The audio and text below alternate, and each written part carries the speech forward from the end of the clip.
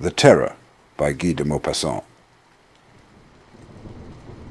You say you cannot possibly understand it, and I believe you. You think I am losing my mind? Perhaps I am, but for other reasons than those you imagine, my dear friend. Yes, I am going to be married, and will tell you what has led me to take that step.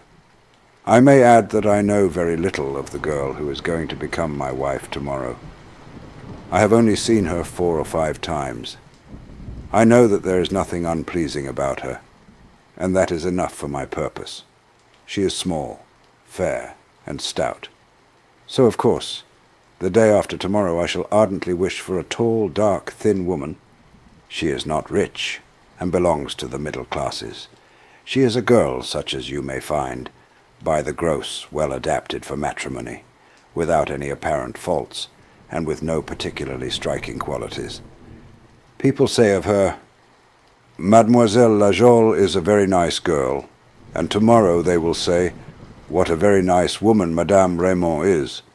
She belongs, in a word, to that immense number of girls whom one is glad to have for one's wife till the moment comes when one discovers that one happens to prefer all other women to that particular woman whom one has married. "Well," you will say to me, "what on earth did you get married for?" I hardly like to tell you the strange and seemingly improbable reason that urged me on to this senseless act. The fact, however, is that I am afraid of being alone. I don't know how to tell you, or to make you understand me, but my state of mind is so wretched that you will pity me and despise me. I do not want to be alone any longer at night. I want to feel that there is someone close to me, touching me, a being who can speak and say something, no matter what it be. I wish to be able to awaken somebody by my side, so that I may be able to ask some sudden question, a stupid question even, if I feel inclined, so that I may hear a human voice and feel that there is some waking soul close to me, someone whose reason is at work, so that when I hastily light the candle I may see some human face by my side, because I am ashamed to confess it, because I am afraid of being alone. Oh, you don't understand me yet. I am not afraid of any danger. If a man were to come into the room, I should kill him without trembling. I am not afraid of ghosts, nor do I believe in the supernatural. I am not afraid of dead people, for I believe in the total annihilation of every being that disappears from the face of this earth. Well, yes, well, it must be told, I am afraid of myself, afraid of that horrible sensation of incomprehensible fear. You may laugh if you like. It is terrible, and I cannot get over it. I am afraid of the walls, of the furniture, of the familiar objects, which are animated, as far as I am concerned, by a kind of animal life. Above all, I am afraid of my own dreadful thoughts, of my reason, which seems as if it were about to leave me, driven away by a mysterious and invisible agony. At first I feel a vague uneasiness in my mind, which causes a cold shiver to run all over me. I look round, and of course nothing is to be seen, and I wish that there was something there, no matter what, as long as it was something tangible. I am frightened merely because I cannot understand my own terror. If I speak, I am afraid of my own voice. If I walk, I am afraid of I know not what. Behind the door, behind the curtains, in the cupboard, or under my bed. And yet all the time I know there is nothing anywhere, and I turn round suddenly because I am afraid of what is behind me, although there is nothing there and I know it. I become agitated. I feel that my fear increases, and so I shut myself up in my own room, get into bed, and hide under the clothes.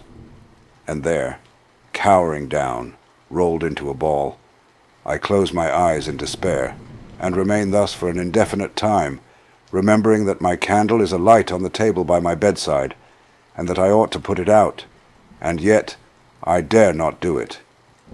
It is very terrible, is it not, to be like that? Formerly, I felt nothing of all that. I came home quite calm, and went up and down my apartment without anything disturbing my peace of mind. Had anyone told me that I should be attacked by a malady, for I can call it nothing else, of most improbable fear, such a stupid and terrible malady as it is, I should have laughed outright. I was certainly never afraid of opening the door in the dark. I went to bed slowly, without locking it, and never got up in the middle of the night to make sure that everything was firmly closed. It began last year in a very strange manner on a damp autumn evening, when my servant had left the room after I had dined. I asked myself what I was going to do. I walked up and down my room for some time, feeling tired, without any reason for it, unable to work, and even without energy to read. A fine rain was falling, and I felt unhappy, a prey to one of those fits of despondency, without any apparent cause, which make us feel inclined to cry, or to talk, no matter to whom, so as to shake off our depressing thoughts. I felt that I was alone, and my rooms seemed to me to be more empty than they had ever been before. I was in the midst of infinite and overwhelming solitude. What was I to do? I sat down, but a kind of nervous impatience seemed to affect my legs, so I got up and began to walk about again. I was, perhaps, rather feverish, for my hands, which I had clasped behind me, as one often does when walking slowly, almost seemed to burn one another. Then suddenly a cold shiver ran down my back, and I thought the damp air might have penetrated into my rooms. So I lit the fire for the first time that year, and sat down again and looked at the flames. But soon I felt that I could not possibly remain quiet. And so I got up again, and determined to go out, to pull myself together, and to find a friend to bear me company. I could not find anyone, so I walked to the boulevard to try and meet some acquaintance or other there. It was wretched everywhere, and the wet pavement glistened in the gaslight, while the oppressive warmth of the almost impalpable rain lay heavily over the streets and seemed to obscure the light of the lamps. I went on slowly, saying to myself, I shall not find a soul to talk to. I glanced into several cafes, from the Madeleine as far as the Faubourg Poissonnière, and saw many unhappy-looking individuals sitting at the tables who did not seem even to have enough energy left to finish the refreshments they had ordered. For a long time I wandered aimlessly up and down, and about midnight I started for home. I was very calm and very tired. My janitor opened the door at once, which was quite unusual for him, and I thought that another lodger had probably just come in. When I go out, I always double-lock the door of my room, and I found it merely closed, which surprised me.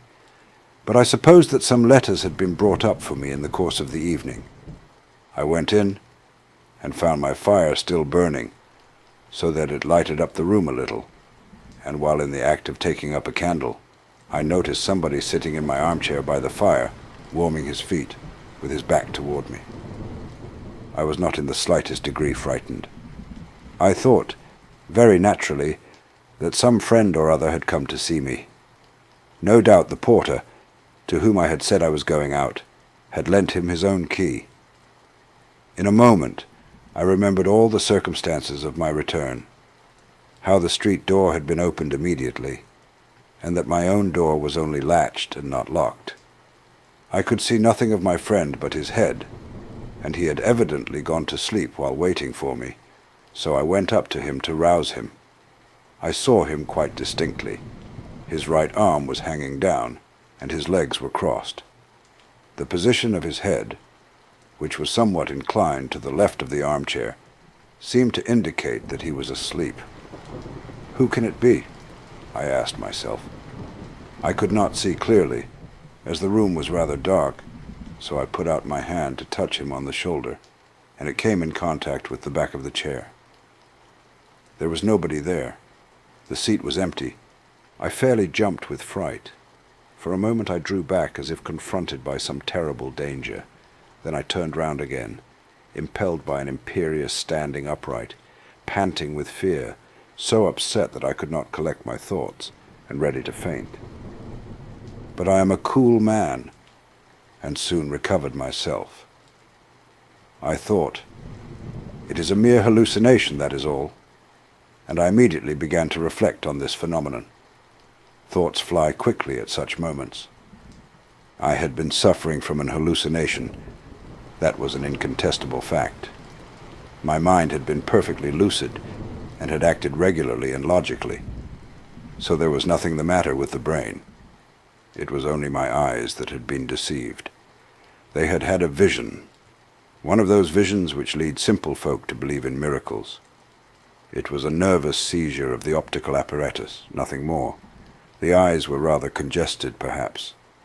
I lit my candle, and when I stooped down to the fire in doing so, I noticed that I was trembling, and I raised myself up with a jump, as if somebody had touched me from behind. I was certainly not by any means calm. I walked up and down a little, and hummed a tune or two. Then I double-locked the door, and felt rather reassured. Now, at any rate, nobody could come in. I sat down again, and thought over my adventure for a long time. Then I went to bed and blew out my light. For some minutes all went well. I lay quietly on my back, but presently an irresistible desire seized me to look round the room, and I turned over on my side. My fire was nearly out, and the few glowing embers threw a faint light on the floor by the chair, where I fancied I saw the man sitting again. I quickly struck a match, but I had been mistaken. There was nothing there. I got up, however, and hid the chair behind my bed, and tried to get to sleep, as the room was now dark. But I had not forgotten myself for more than 5 minutes, when in my dream I saw all the scene which I had previously witnessed as clearly as if it were reality. I woke up with a start, and having lit the candle, sat up in bed, without venturing even to try to go to sleep again. Twice, however, sleep overcame me for a few moments in spite of myself, and twice I saw the same thing again, till I fancied I was going mad. When day broke, however, I thought that I was cured, and slept peacefully till noon. It was all past and over. I had been feverish, had had the nightmare, I know not what. I had been ill, in fact, but yet thought I was a great fool. I enjoyed myself thoroughly that evening. I dined at a restaurant and afterward went to the theatre, and then started for home. But as I got near the house, I was once more seized by a strange feeling of uneasiness. I was afraid of seeing him again. I was not afraid of him, not afraid of his presence, in which I did not believe, but I was afraid of being deceived again. I was afraid of some fresh hallucination, afraid lest fear should take possession of me. For more than an hour I wandered up and down the pavement.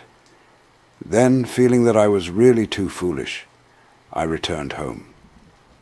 I breathed so hard that I could hardly get upstairs, and remained standing outside my door for more than 10 minutes. Then suddenly I had a courageous impulse, and my will asserted itself.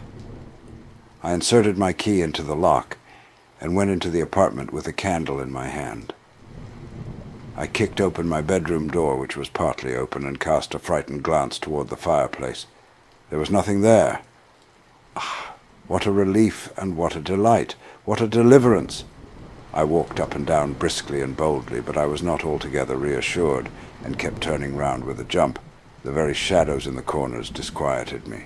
I slept badly, and was constantly disturbed by imaginary noises, but did not see him. No, that was all over. Since that time I have been afraid of being alone at night.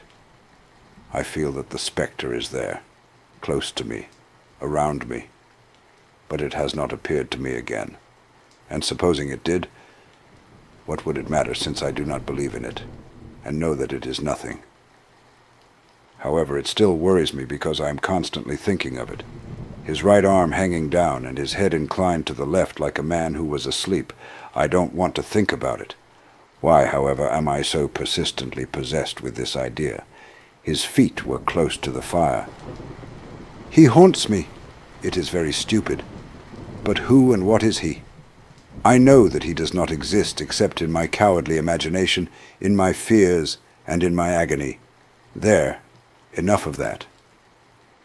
Yes, it is all very well for me to reason with myself, to stiffen my backbone, so to say. But I cannot remain at home because I know he is there. I know I shall not see him again. He will not show himself again, that is all over. But he is there all the same in my thoughts.